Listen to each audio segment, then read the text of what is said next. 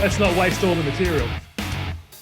Hello and welcome to episode 21 of Great Things with Great Tech, a podcast highlighting companies doing great things with great technology. My name is Anthony Spiteri, and in this episode, we're talking to Hamish Tedeschi, CEO and founder at Mechanical Rock. Welcome to the show, Hamish. Thanks for having me. Excellent. So just before we get into some of this cool DevOps world, the automation, data modernization, all that kind of stuff, just want to give a quick shout out. So if you love great things with great tech and you would like to feature on future episodes, you can click on the show notes or go to launch.gtwgt and register your interest. And just as a reminder, once again, all episodes of GTWGT are on the YouTube channel. So if you haven't subscribed, please subscribe below, and also on all the podcast stations. So Spotify, Apple Podcasts, Google Podcasts, all distributed via Anchor. That will keep you up to date with the shows, past and present. So with that, let's kick in and talk to Hamish and talk about Mechanical Rock. And Hamish, just before we even start to talk about what you guys do and all that kind of stuff, I could do 1,000 episodes of these in the future, and I don't think I would ever get a company with a cooler name than Mechanical Rock. So just tell us a little bit about the name. I always focus, before I start history and facts, I talk about the name, but honestly, this is going to be the winner for all winners, Mechanical Rock, moving forward. So tell us about how that came about. Thanks, Anthony. I know someone who'll really appreciate that. So in 2017, we had to rebrand our company, or we rebranded our company, and we went through a huge number of names as a company.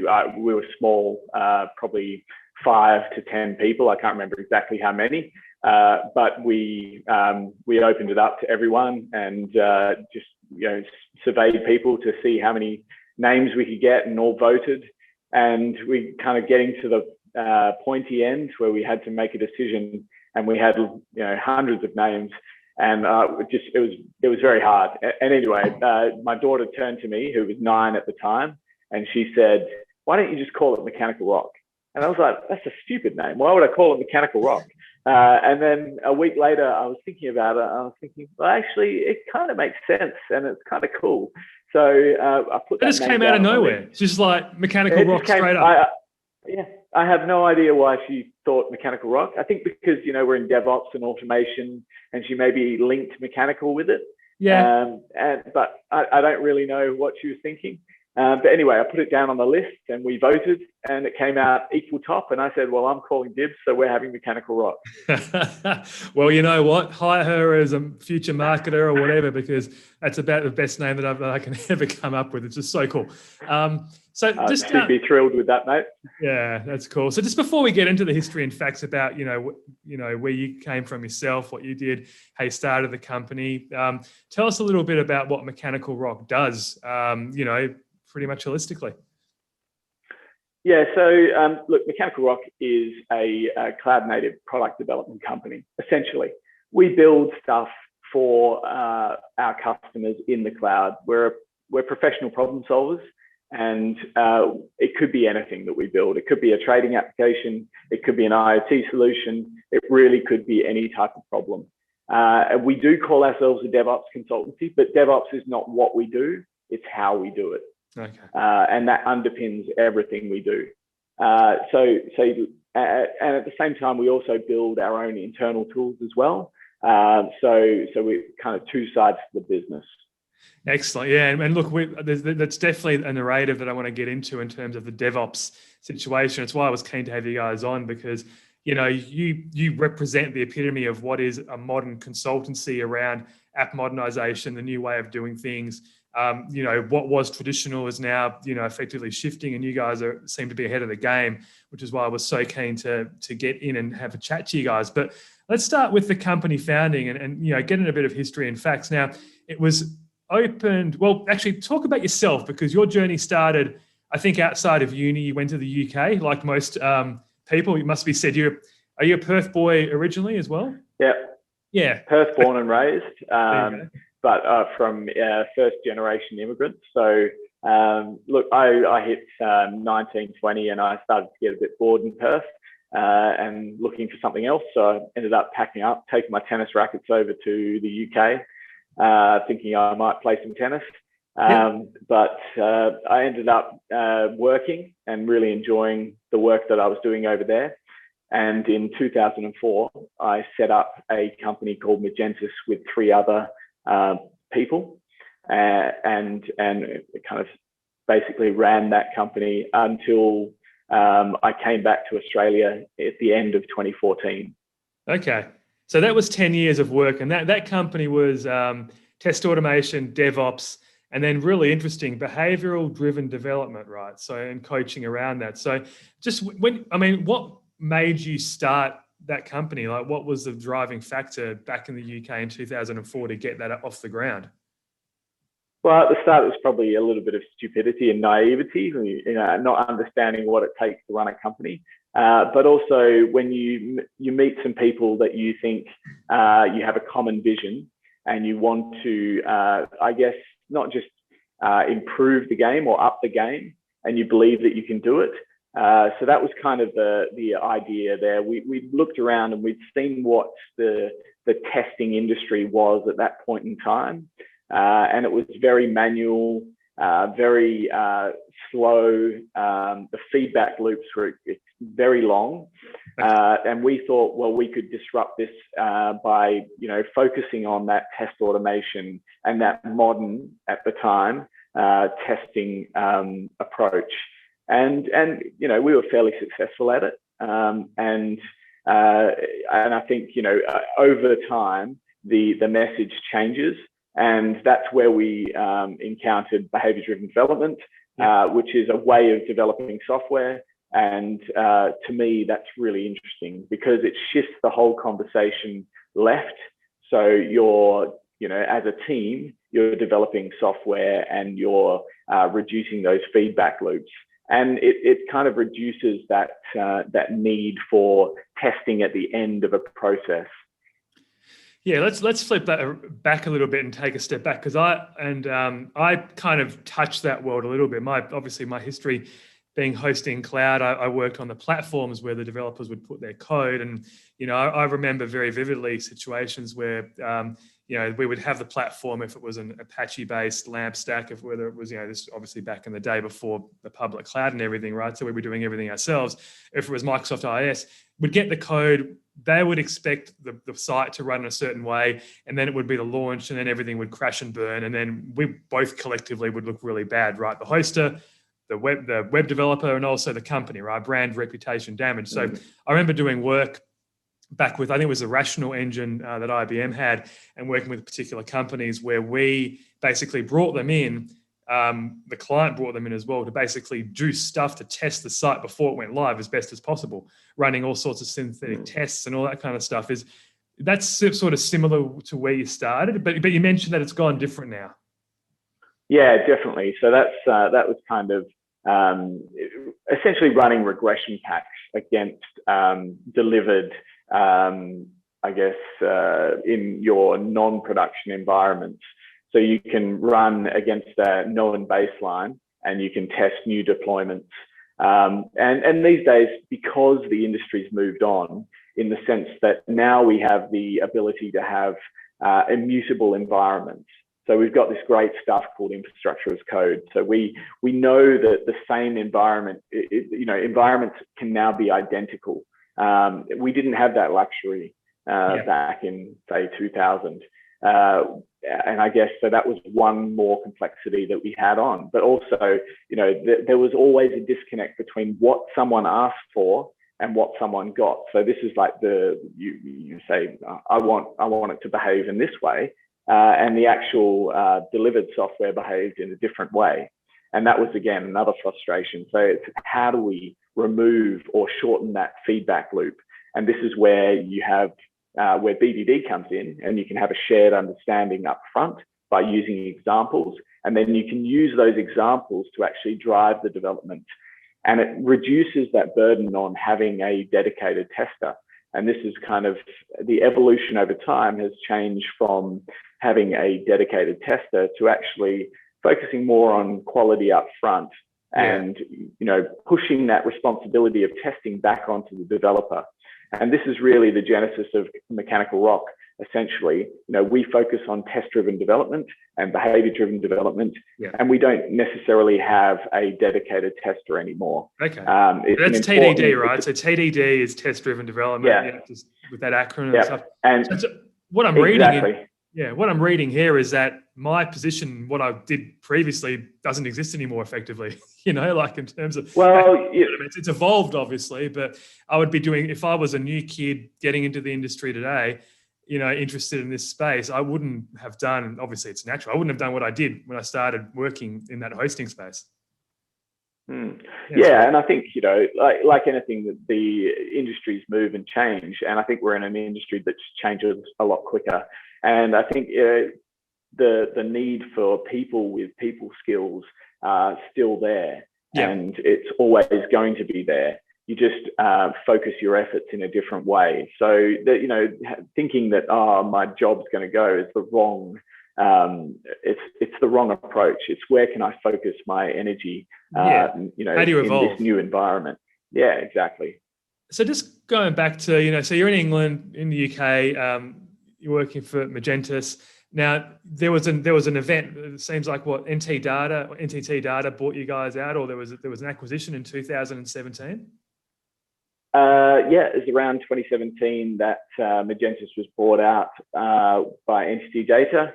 And so obviously I have no involvement with Magentus anymore.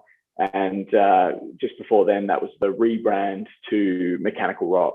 That was around 2017. Okay, the 2017 is when Mechanical Rock effectively rebranded and became Mechanical Rock. And at this stage, you'd moved back to Perth?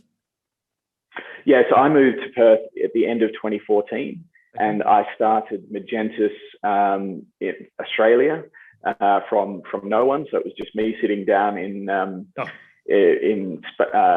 Space Cubed, Atomic Sky, which was a co-working space in Northbridge. And started building out the team from there.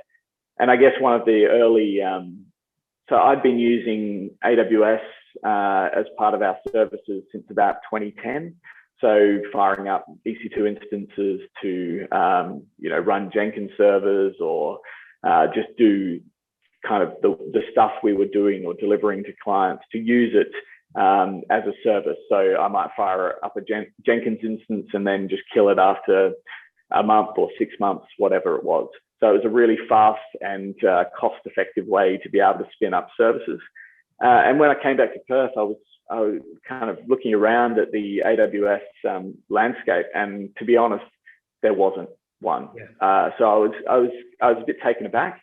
And I remember when you say that, so in terms of landscape, you mean like just basically partners doing consultancy around leveraging what they were offering on the platform? Partners doing stuff, but also customers doing stuff. So it was very, very much in its infancy in 2014. There was really a handful of people doing anything of note, if any. Yeah, actually. Just on that as well, because I remember, so I was working at my second to last company, and I remember going on a few, I remember going to the early AWS courses where they were trying to get people in, trying to really almost make everything more official. VMware and virtualization was still very dominant. So for infrastructure guys going into this space, it was all new. And, I remember there was like Andy Meakin was working there and a few others at AWS, one of the original guys, and James as well from memory.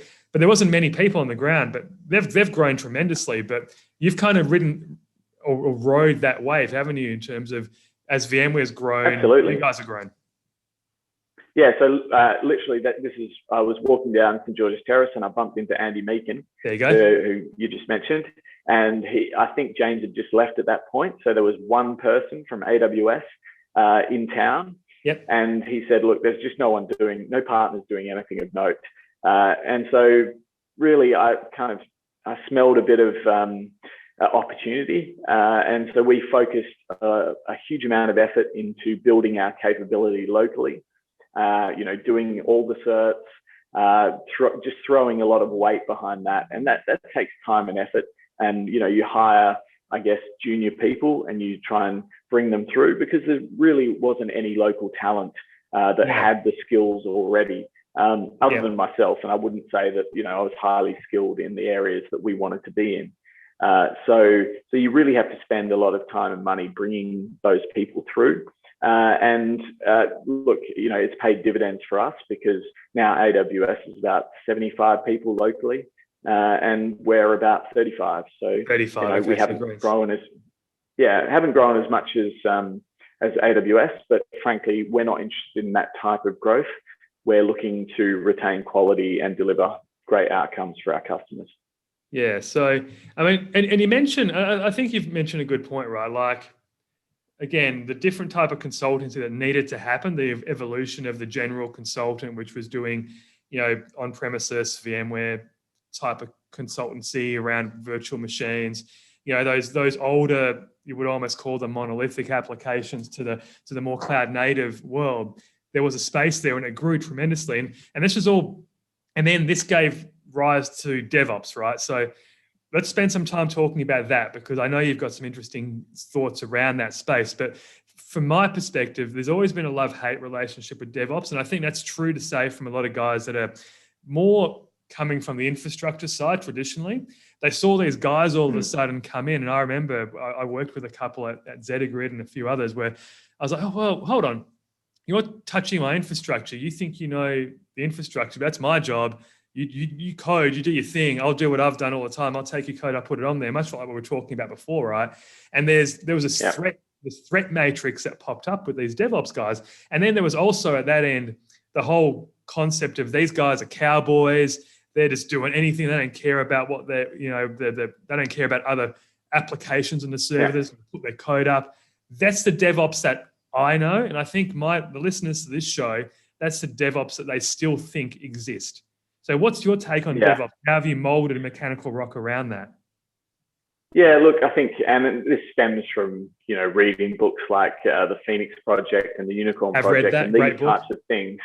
Yeah, and look, and that really resonates with me, especially the Phoenix Project. When I read this, I was like, oh my God, I've been on this team, and, I've seen the problems firsthand.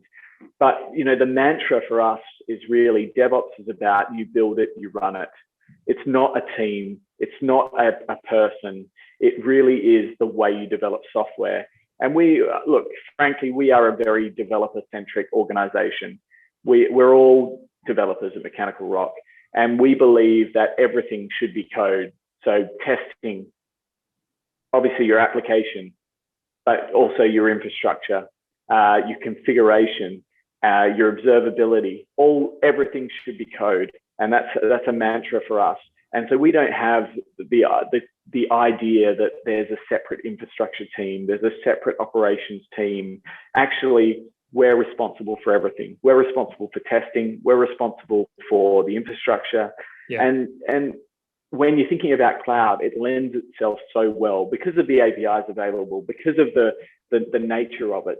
You can build that your infrastructure, and you can deploy your infrastructure so easily today that it is cloud and DevOps just go hand in hand. And for us, people get hung up on, oh, it's Terraform, oh, it's this, oh, it's that. It has nothing to do with technology. It's about process and flow. And for us, it's really the best performing teams we have are cross-functional product teams that do everything themselves. And they not only build the application, but they support the application. So, they're deploying 10, 15 times a day to production. And that's a metric we measure ourselves on very heavily. How many times per day do we deliver to production? And using things like the DORA metrics, and we can mention those later. And we've built a game that kind of is driven by these types of metrics. And so that's the mantra that we live to. And I just kind of find it odd that teams are still calling themselves DevOps teams. Teams are, and that, which is just a complete contradiction to, I guess, where Gene Kim was going when he was talking about the Phoenix Project. It's actually bringing everyone together. It's not creating silos. So it's another tick for the Phoenix project, which gets a lot of credit. I mean, I was reading that 4 or 5 years ago. I remember when I used to work in the city, I'd catch a train and that would be my book that I'd read. And I think there was another one that he released a bit recently as well. I forget the name of it. But yeah, that's the Unicorn Project. Unicorn Project. That's the one. A great book as well. So just let's go back to how do you find? Like, here's a question: do you find these people that are built this way, or do you create them, or are they new people fresh out of uni, a bit younger? Like, what's the demographic of your employees doing this work? Yeah, look, without a doubt, we could be a 70, 80, 100 person organization just through the demand of the services. But we're very focused around the types of people we hire, in the sense that they have to be able to learn new things. So, they really have to be focused on being able to adopt new ways of working. And that's a key for us. So that can be people that are existing in the industry, old, young, whatever, it doesn't matter. But also we found that bringing the younger generation through, it can also pay dividends as well, because they don't pick up bad habits that maybe some people have learnt in the past. Yeah. But that doesn't, it's just a type of personality, really. And for us, that's been fairly successful. People that say, look, I just want to do Java, I just want to write Java, and that's it. For us, that's not the right type of individual, because frankly, a language might be defunct in 2 years. A framework will be gone in 6 months, and we have to keep up. Our value out as Mechanical Rock is we are on that edge. We are pushing our customers into uncomfortable places, and that's really where we want to stay. And so we're not the type of organization that will just say, right, here's one developer, you go and do your thing on that customer site. We work backward from outcomes, and we deliver in a team. And that's just the mantra that we have adopted when we go onto customer site, basically. No, that's right. And there's a notion of born in the cloud today, and that's not only from the perspective of the applications, the apps that are written today, but also from the point of view of the guys that are writing it, right? So I had a conversation a couple of years ago, I never forget it, because we were talking about modern languages. We're talking about platforms like Kubernetes that was up and coming, and serverless, and the whole point was, all I knew before was like you said, people were either doing Java, .NET. That was kind of what it was, and very reluctant to move. But that's reflective as well as where a lot of organizations have their main critical applications today. I mean, obviously it's shifting, through app modernization, refactoring, all the work that you guys do and would offer, I think. But the point was made that, in the crucible of where a lot of the next generation are coming, like the universities, what they're getting taught, it's all this modern methodology, this modern way. So, the wave is coming. It's kind of delayed a little bit, because at the moment they're still not quite finding their way in organizations. But what I'm seeing and what I'm listening to you is maybe we're there now. Like, maybe we've reached that point. Again, I had that conversation maybe 3 or 4 years ago. So fast forward, now it's probably more reality than what it was then. So yeah. And that reflects in the way that we have seen the industry grow. So we, in 2014 or 2015, when we kind of started this journey in Perth, it was very much an education type scenario where we're having to educate the market. And now we see that the market's caught up, and it's a lot more mature now, and it's a lot more accepted. We're still having conversations like, this serverless application, we should write it in C# because our devs know C#. Like, well, that's great, but there's some drawbacks there. There's some trade-offs you have to make. So you need to actually kind of think about that a bit more holistically. And when you can write your back end in one language, your infrastructure in the same language, and your front end in the same language, that really reduces the cognitive load. So you want to think about that as well, and don't just think about it from the point of view as our current developers. We need to satisfy what they want. Yeah. Because nothing frustrates me more than making those types of decisions. So you mentioned, like, just in general in the research, you mentioned that, Microsoft weren't doing it right back in the day, and that's why you kind of, tagged yourself, without bagging Microsoft. I mean, that's bagging Microsoft is a very fun pastime of mine. Believe me, I would do it to the cows come home. But what did you mean by that in terms of, where Microsoft was backing AWS, and now the state of the union with the public clouds? Obviously, we've got more now. We've got Google, GCP's come into play a lot more. They've got their own niche level of great services, which I think, people want to latch on to. AWS has got the core. They do so many different services. Microsoft kind of has the old infrastructure guys coming in. Where do you see the state of that at the moment? Yeah, look, and not wanting to start a religious war, this is just my observation. When I came to Perth, and it was a very .NET heavy environment. When I came back to Perth in 2014, my observation was that the .NET industry there was no open source. The developers that I spoke to were very closed-minded. They didn't actually understand what was going on in like the wider environment, and there was very limited community engagement. And I thought the quality was horrible. If I'm honest, I came from an environment in London where it was very different. It was, it was Ruby. It was lots of different, type of languages. I don't know if you can see me smiling here, but I'm nodding. It's like, because I understand exactly what you mean. Like, even with the developers that I used to work with, there was so much adverse to change, and they just wanted to stick with their ways, and they wouldn't even look at, looking at how would we modernize this? How would we make it better, more efficient? How would we containerize it? How do we make it portable? It was all like, this is what we do, and that's it. And so I've experienced that even in my own world. What you just said resonated with me really well, right? Yeah, and I have to say that Microsoft has come a long way. They have in recent times. I think under a change of direction and a move back to being more developer centric. Yes, they've really upped the game. And it hurts me to say that, but they have upped the game, and they've closed the gap with someone like AWS, who's very much more focused around builders. So, the developers of this world and the experience that they can provide developers. The builders, that's what it's all about. Like, you and I probably crossed paths potentially at some of the AWS reInvents, where I'm assuming you went to a couple of those in Vegas, and massive sort of situations. But you never know. We probably shared a plane ride back home. Who knows?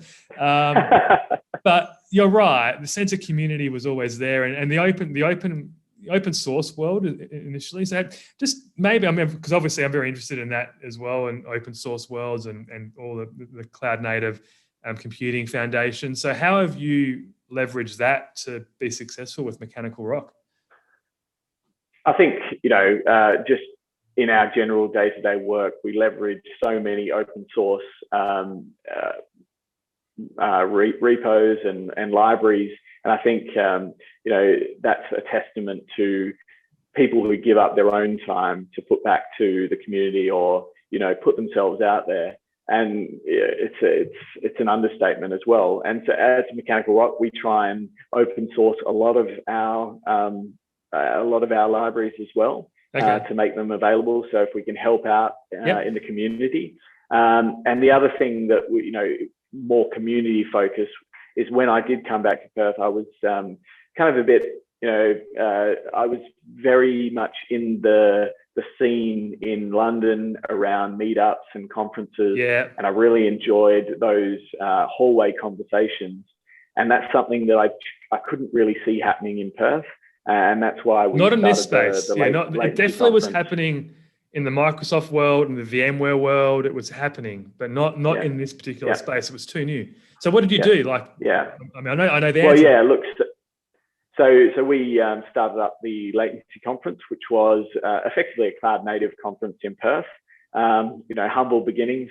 I think our first year was at the Perth City Farm. We had a couple of international speakers, and that's what we've tried to do, is have two big or reasonably big names in the industry every year, peppered by a lot of local talent. And really the goal is to get people talking, have those hallway conversations.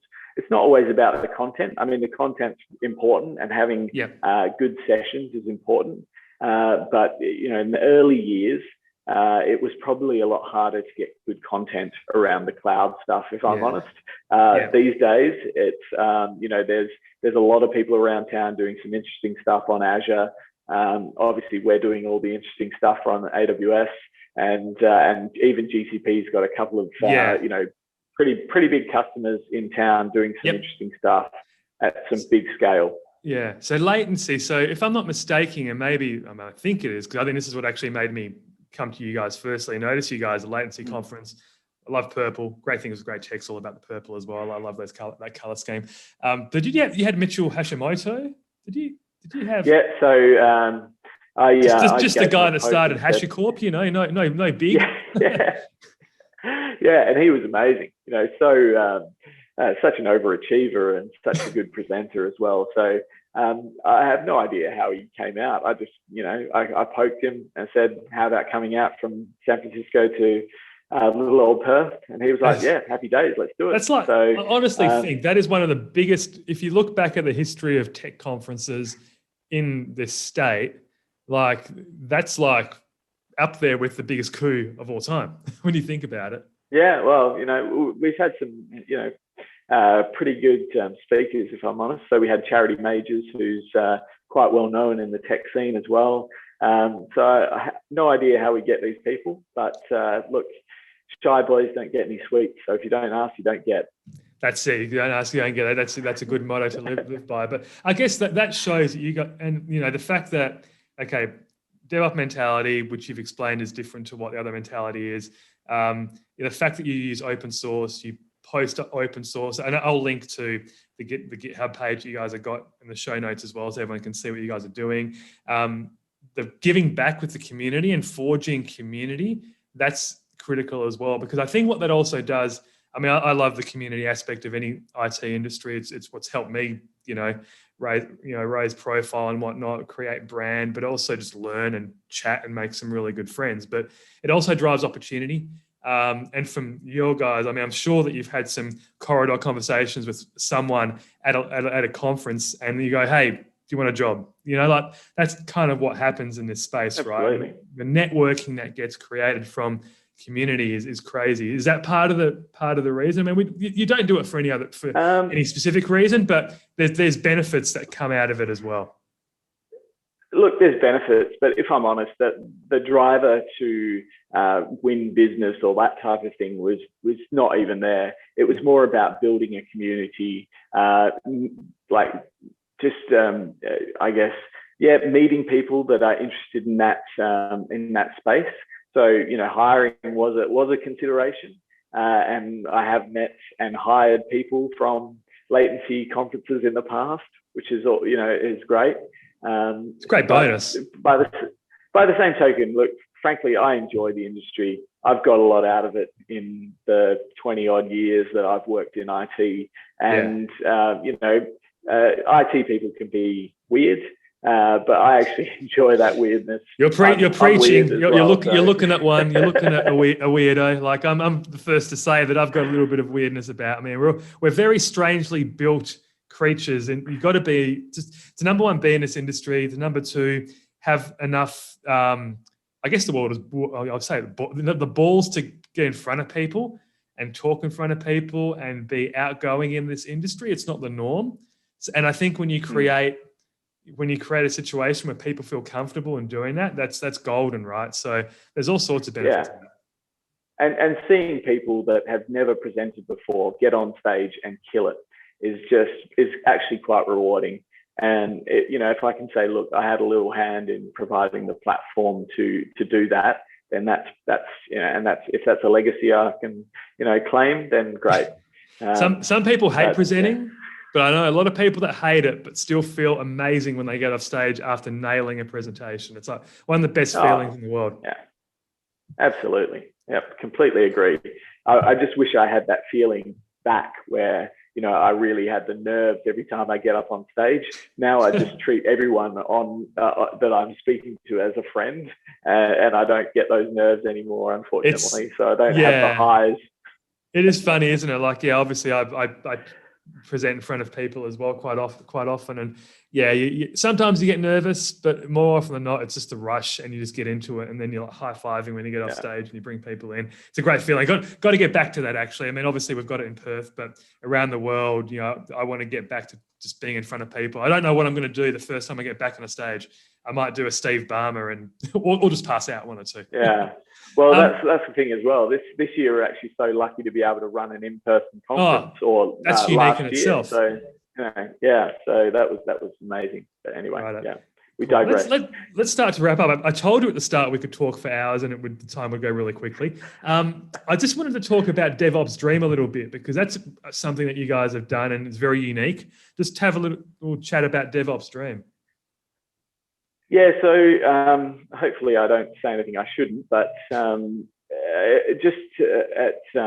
just before COVID kicked off, we were having some conversations with AWS about going to Summit and creating a game for all the 20,000+ attendees to play at Summit.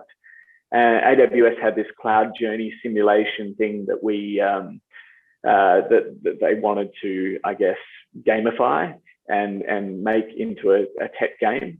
And so we were looking at doing this, and we kind of almost pulled the trigger, but then COVID hit, and they decided to shelve Summit, so it wasn't going to happen. And we'd also been thinking that we had this idea for a game as well, slightly different. We thought better than the Cloud Journey Sim. And it was really aimed at helping organizations improve their software delivery and performance using DevOps practices, essentially. Okay. So we ended up sitting on the floor one day down at City Beach Surf Club, drawing out all the dependencies with strings. Yeah, and that was the genesis for DevOps Dream, which we built in about 3 months. So we sidelined a team of 4 people to build this game, and essentially, basically, it's just about you are a CIO of an organization, and you get some budget to spend, and you go through 3 years, and you try and excel, or get your teams to excel in their software delivery, and things happen along the way. And if you are not so good at it, you'll probably get fired. That's awesome. I'm gonna play that. I'll link to it in the show notes, and I'm also gonna have a go at it, and we'll get people cracking on that as well. That's really cool. I love a bit of interactivity. And everyone thinks they're a CEO or a CTO. So let's test them out. Why not? Okay, just to finish off, a couple of questions. So you guys partner with the likes of AWS, Google. Obviously CNCF, Snowflake, which I thought was really interesting. You guys obviously doing a lot in that data space. But what makes it a great technology partner for you? Yeah, it's actually a pretty interesting question, to be honest, because I think about this a lot. Partners can come and go, but for us, it's really about transparency and communication. So what you don't want to be having is when you say different things to a customer. So, between the partner and the, I guess, solution provider. And so it's really key is that there's great communication between your partner and yourselves. And obviously you're singing from the same hymn sheet when you're speaking to customers. But on the other side, there's also, I think partners need to have a high degree of empathy. They really need to understand, what are the challenges that we face as a business? Because, AWS is a monster. They could crush us with their, finger if they really wanted to. So they really need to understand what drives us, what are our pain points, and how they can help. And it's no good just, I guess, blurting out platitudes. That really doesn't help. It's about actually working together and trying to, I guess, focus on good outcomes for customers. Yeah. I am interested in Snowflake because obviously Snowflake have been a great story over the past 6 months or so since they IPO'd and it went ballistic. So what sort of things do you do with Snowflake? I'm a little bit interested there. Very quickly.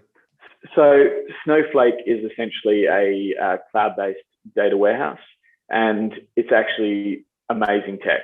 So anyone who's ever used it can tell you that it's super fast, super easy to set up.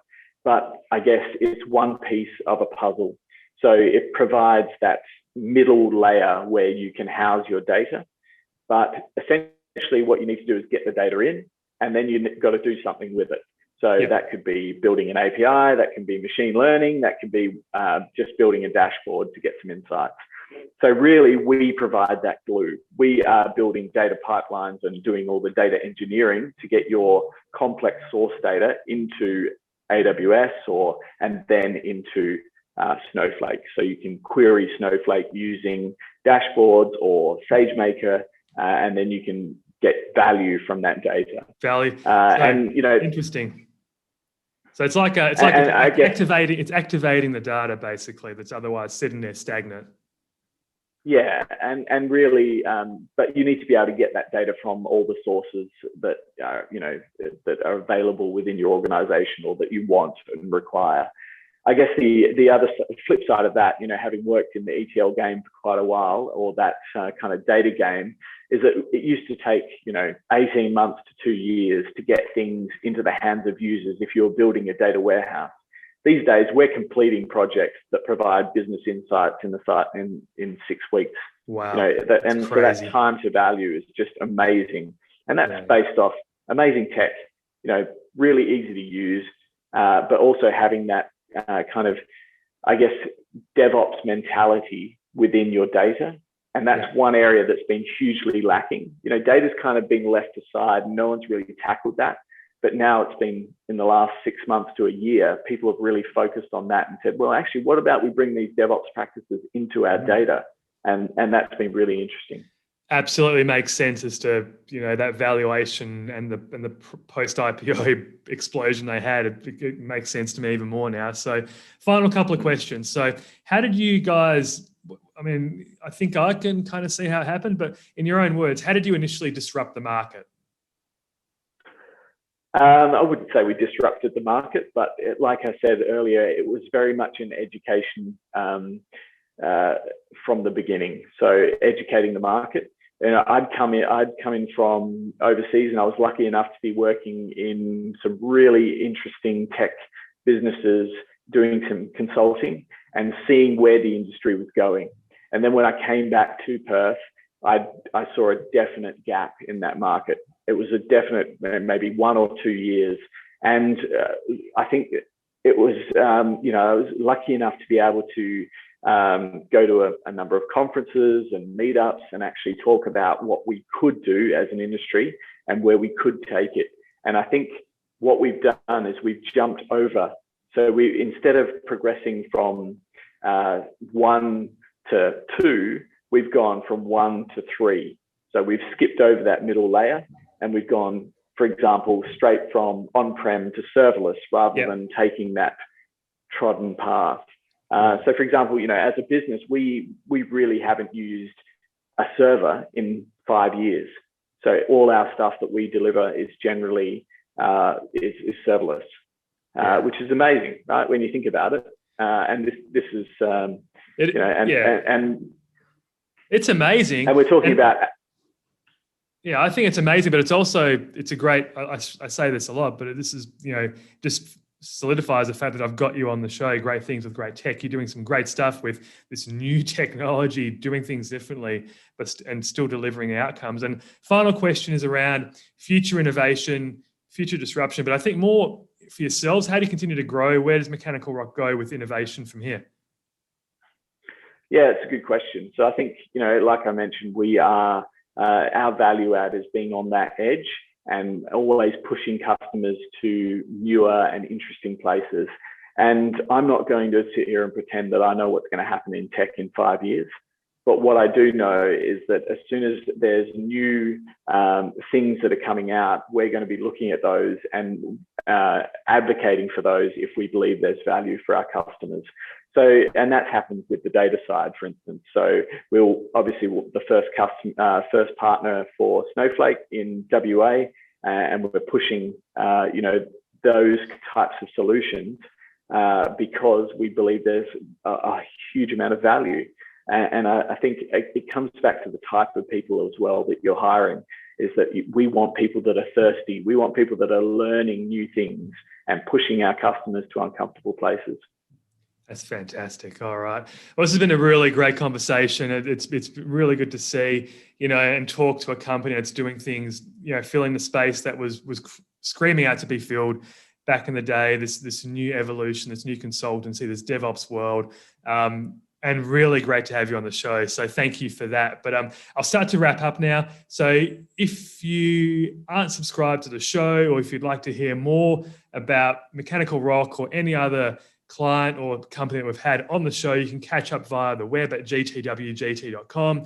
You can go to the YouTube channel. Again, please subscribe, or go to Anchor and listen to it on the podcast. I'm going to put the show notes in.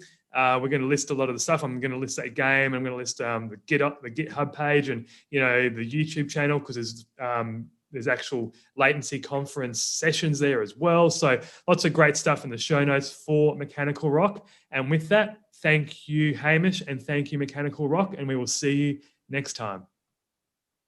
Thank you very much for having me. Awesome.